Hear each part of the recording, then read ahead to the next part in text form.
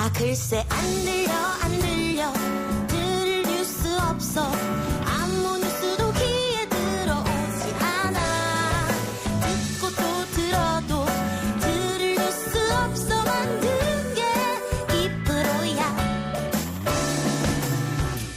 이동영의 뉴스 정면승부 YTN 라디오 이동영의 뉴스 정면승부 3부 시작합니다. 3부에서는 도시재생 전문가로 법사위에서 맹활약 중인 열린민주당 김진애 원내대표 만나보겠습니다. 김진애 의원은 1호 법안에 이어 2호 법안 역시 부동산 관련 입법을 내놨는데요. 이 내용과 더불어서 정부의 22번째 부동산 대책 발표 이후 종부세 폭탄이다. 사실상 증세다. 이런 비판도 커지는 상황인데 정부 대책에 대한 평가도 함께 들어보겠습니다. 김진애 원내대표 나왔습니다. 어서 오십시오. 네, 안녕하세요. 자, 1호 법안은 지난번에 우리 방송에 나와 설명해 주셨고 주택임대차보호법 전월세 예. 계약갱신 청구권. 이번에 낸 법안은 어떤 법안입니까? 이번엔 종합부동산세 강화 법안이고요. 예. 그 안에는 또 1가구 1주택자, 노령, 장기 보유, 실거주자에 대한 세금 납부 유예 제도도 도입하자. 이거는 실수요자고 소득이 없는 사람들이기 때문에 예. 그런 데에 대한 배려를 해줘야 되겠다. 1가구 1주택자들은 배려하고 네. 1가구 다주택자들한테는 세금을 조금 더 매기자 이런 얘기입니까? 조금 더는 아니고 많이 매겼는데 정부가 저보다 훨씬 더 세게 나오는 바람에 예. 제가 좀 무섭게지긴 했는데 그런데 꼭 그렇지만은 않습니다. 나중에 예. 설명드리겠지만. 예. 자, 지금 핵심은 과표 구간입니까? 어떻습니까? 과표 구간을 원래가 있는 구간이 6개가 있는데요. 예. 그중에서 저는 이번에 7개로 나누자고 하는데 예. 그중에 이제 문제가 되는 구간이 12억에서 50억 구간 사이입니다. 예. 3억 이하, 3억에서 6억, 6억에서 12억, 그다음에 12억에서 50억인데 예. 이걸 실거래가로 따지면 30억에서 약 92억 사이예요. 이 사이를 너무 구간을 넓게 잡지 않았냐. 갭이 너무 크다. 너무 크다. 그러니까 30억에서 50억짜리는 꽤 있거든요. 실제로 여기 세금을 내는 분들을 보면 여기 한 9천 명 정도가 되는데 한 70%가 밑에 구간에 낮은 구간에 있고 한 30%가 높은 구간에 있습니다. 그러니까 이거는 차별화시켜야 된다. 근데 이걸 차별화를 시키면 무슨 게 나오냐면요. 정부가 왜 굉장히 이번에 세율을 올렸잖아요. 예. 그런데 이렇게 차별화를 시키면 높은 구간에 대해서는 제가 세율이 낮음에도 불구하고 세금은 더 높아집니다. 이런 자세한 효과에 대해서 제가 이제 그 심사하는 과정에서 자세히 더 설명을 하고 기재위에서 좀 그러려고 합니다. 예. 합리적으로 할 필요가 있습니다. 예. 네. 그런데 한쪽에서는 네. 이게 과표 매기는 방식이 결국은 네. 실거래가가 아니지 않습니까? 맞습니다. 이게 그러면 무슨 소용이 있느냐? 네, 좀 이게 현실적으로 공시지가를 올리자. 네, 이거는 과표 구간이라는 걸 처음 알고 나면 저기 헛웃음이 나옵니다. 그러니까 이게 어떻게 되냐면 지금 이명박 정부 때 도입된 건데 공정시장 가액이라는 게 있어요. 그건 이거는 또 공제액을 뺀 금액에서 곱하기를 해줘요. 예. 곱하기를 90%, 85% 이렇게 해줬는데 그래도 정부가 이것만큼은 2022년까지 100%를 하겠다고 했어요. 예. 그러니까 이거는 기대를 해볼 수가 있는데 또 하나가 문제가 되는 게 이른바 우리가 잘 알고 있는 공시가격입니다. 예. 공시가격이 지금 아파트의 경우에 한 68%? 예. 실거래가에. 그다음에 일반 주택은 그보다 더 낮아요. 한 예. 58% 예. 정도 되는데 이거를 하는 게 문제가 있지 않냐. 이거는 정부에서도 문제를 인식하고 있어요. 예. 다만 이거는 굉장히 복잡한 사안인 게 지금 공시가격이나 이런 부분들이 어디에 연동이 되어 있냐면은 건강보험, 뭐 연금보험 이런 데하고 연동이 돼 있기 때문에 이거를 굉장히 세밀하게 들여다봐야 됩니다. 그래서 공시가격을 뭐 종부세 걷자고 이걸 갖다가 뭐 금방 100% 현실화하는 거는 좀 들여다봐야 됩니다. 네. 이런 게 있다. 이걸 아셔야 됩니다. 예. 저는 그게 뭐가 어렵냐. 실거래가로 세금 매기면 되지 그렇죠. 이랬는데 그게 네네. 아니군요. 그게 아닙니다. 네. 연결돼서 좀 어려운 게 있다. 네. 예. 알겠습니다. 이 법안은 하여튼 뭐 토론과 논쟁을 거쳐서 의원들의 또 협조를 받아야 되니까요. 네. 그 최근에 정부에서 내놓은 새로운 안. 네. 그 전에 내놓은 대책이 실효성이 없다. 오히려 집값이 더 뛰고. 네. 그래서 이번에 세금을 좀 많이 매기는 네. 이런 걸 내놨지 않습니까? 네. 결과가 어떻게 좋을 것 같습니까?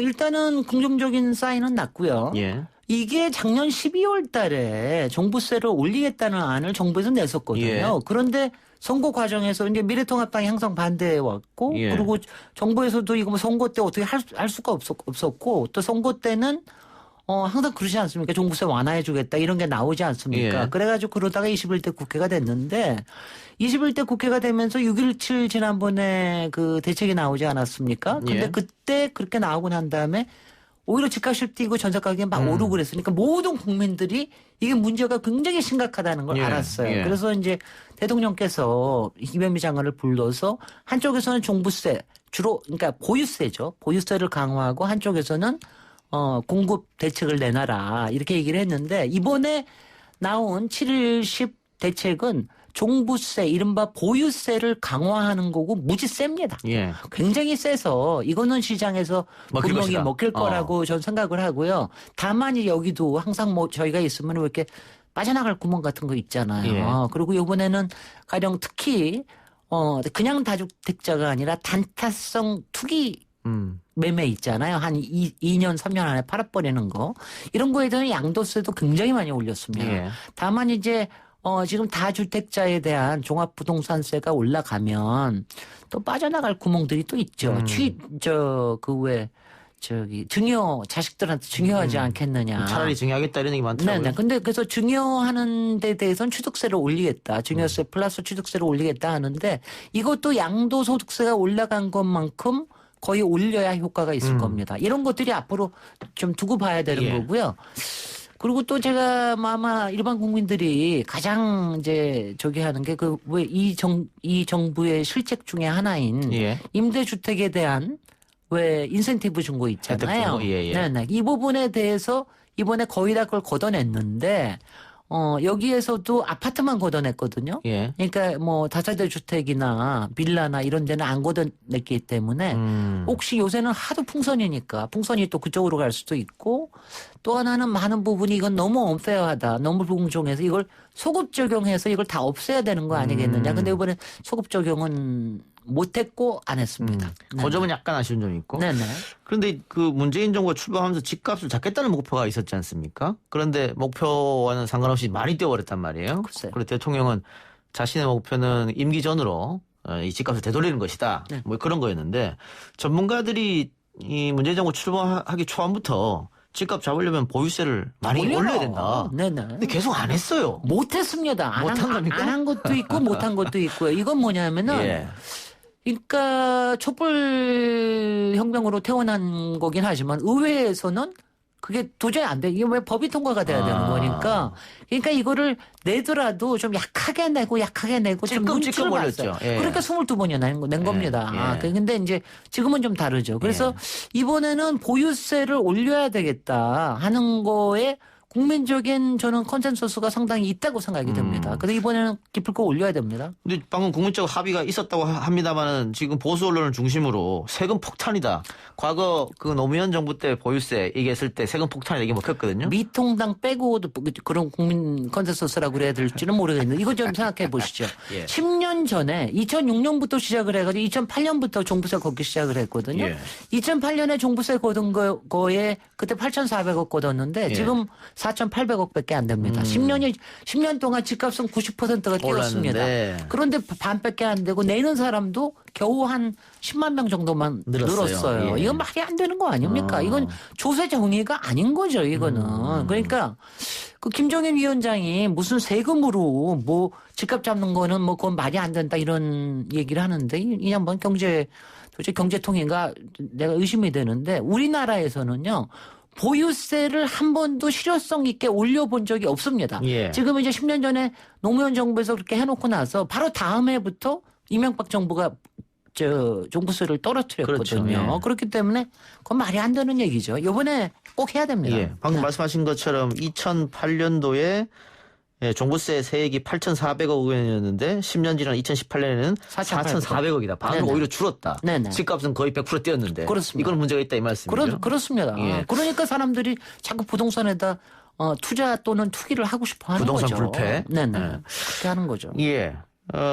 근데 어쨌든 지금 이 미래통합당 그리고 보수지를 중심으로 해서 이 세금으로서는 집값을 잡지는 못하고 그냥 공급을 많이 해야 된다. 왜 공급을 안 하느냐. 재건축도 막 일단은요, 완화해 줘라. 일단은 지금 이제 전체적으로 종세를 내고 있는 사람이 전체의 1%가 안 돼요. 그렇다고 법인까지 하대요. 포함해서 1%고요. 예. 지금 개인으로 따지면 0.7%밖에 안 되고요. 분명히 공급은 굉장히 필요합니다. 근데 예. 우리나라 전체로 봤을 때는 사실 주택이 모자라거나 그러질 않는데 그렇죠. 100% 넘었죠. 서울과 수도권이잖아요. 예. 예. 근데 서울과 수도권에 문재인 정부가 공급 대책이 없는 건 아니에요. 근데 문제는 그게 대부분 신도시고 외곽에 있기 때문에 이게 준비하는 기간이 필요하기 때문에 바로바로는 안 돼요. 지금 30만 호 짓고 17만 호는 거의 금방 나올 텐데 그래서 지금 이제 제가 보면은 미래통합당에서 계속 얘기하는 거는 재건축. 그러니까 재건축도 상당히 투기꾼들이 들어가 있는 데 아닙니까? 예. 그쪽하고 건설산업 쪽하고 이쪽을 대변을 해가지고 재건축을 완화를 해줘야 예. 된다고 하는 겁니다. 근데 이제 이거는 있어요. 어느 만큼 완화를 하는 거가 필요하긴 한데 문제는 지금과 같은 시장에서는 재건축이나 재개발 만약 규제 완화해가지고 해주잖아요. 기름 껴는 정도가 아니라 핵폭탄 터지는 정도입니다. 거기에 다시 투기 수요가 몰리기 몰리니까? 때문에 그렇기 때문에 지금 보유세 올리고 그리고 포괄적인 공급 대책에 대한 거를 우리가 공감대를 하고 난 다음에 그다음에 이걸 갖다 이제 어떤 스피드로 할 것이냐. 왜냐하면 지금 이게 문제가 뭐냐면은 재건축뿐만이 아니로 가령 뭐 상계동, 예. 저 목동, 거기다가 일기 신도시 다 지금 하겠다고 난리거든요. 그렇죠. 오래된 아파트니까. 한번 그러기 시작을 하면은 이거는 걷잡을 수가 없습니다. 바로 그런 문제에 대해서 문제인식을 좀 같이 해주시는 게 필요해요. 그런데 이 공급 얘기가 나왔으니까 이 문재인 정부에서 종부세를 특히 일가구 다주택에 많이 매기는 것도 네.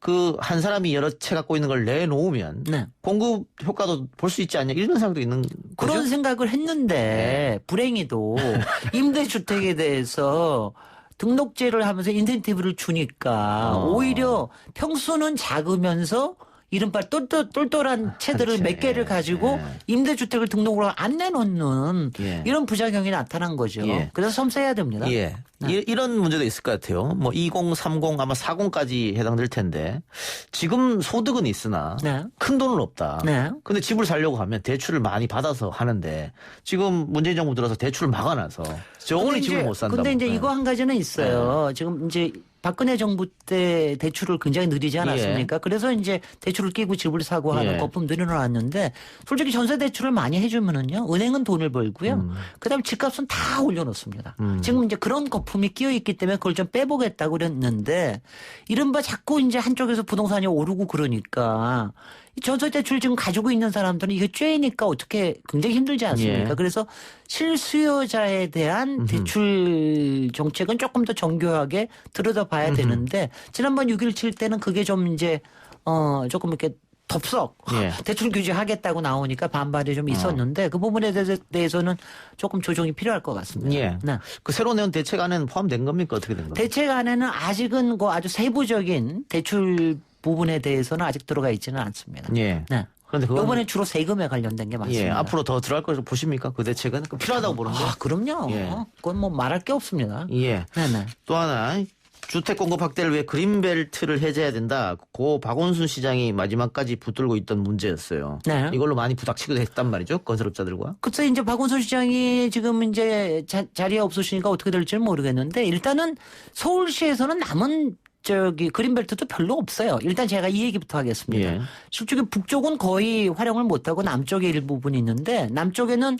솔직히 이명박 시장 때 보금자리 주택으로 거의 다 뭐 그린벨트를 해먹었습니다. 그래서 많이는 없지만 물론 할 구석은 있죠. 근데 그게 이렇게 많지가 않을 때 어떤 가치를 해야 될 것이냐. 저는 오히려 지금 이제 이런 고민을 더 해야 되지 않을까 하는 생각이 들어요. 지금 이제 왜냐하면 재건축도 다 올려달라 이러는 건 안 되고 우리가 지금 역세권으로 구성이 돼 있잖아요. 예. 서울 같은 경우에는 굉장히 큰데 오히려 예. 역세권 주변에 고밀 지구를 좀 만들어서 여기에 새로 짓는 추가의 용적률이나 이런 부분에 대해서는 주로 예. 공공임대로 확보를 하는 이렇게 되면은 서울에 굉장히 많은 땅을 이렇게 할 수가 있거든요. 그런데 이제 서울 자체가 굉장히 메트로폴리스화하고 있기 때문에 이렇게 뭐 일부 주상복합 짓고 이러는 게 아니라 조금 더 역세권에 대해서는 좀 획기적으로 좀 갈 수도 있지 않느냐.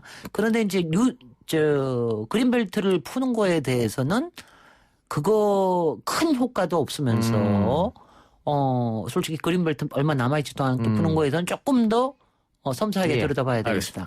제가 민주당에 한마디만 하겠습니다. 이해하세요. 제가 민주당 이 얘기 듣고 계시면은요, 민주당 십몇 년 전에 말이죠. 이명박 정부가 뉴타운 해가지고 난리 칠 때, 예. 그때 거기에 편성하셨었습니다. 민주당이. 저는 무지 반대했었는데, 예. 그렇게 하면 안 된다. 왜냐하면 뭐가 하나가 있을 때 막 편성 좀 하지 말았으면 좋겠습니다. 그러니까 왜냐하면 도시와 주택이라고 하는 거는 큰 계획하에 어떤 원칙하에 가야지 예. 요번에 하면은 막 가거나 이러는 건 좀 안 했으면 좋겠습니다. 저 아직 지금 민주당 아니니까. 열린민주당이니까. 합당해서 얘기하세요. 합당하면 얘기 더 못해요. 네네.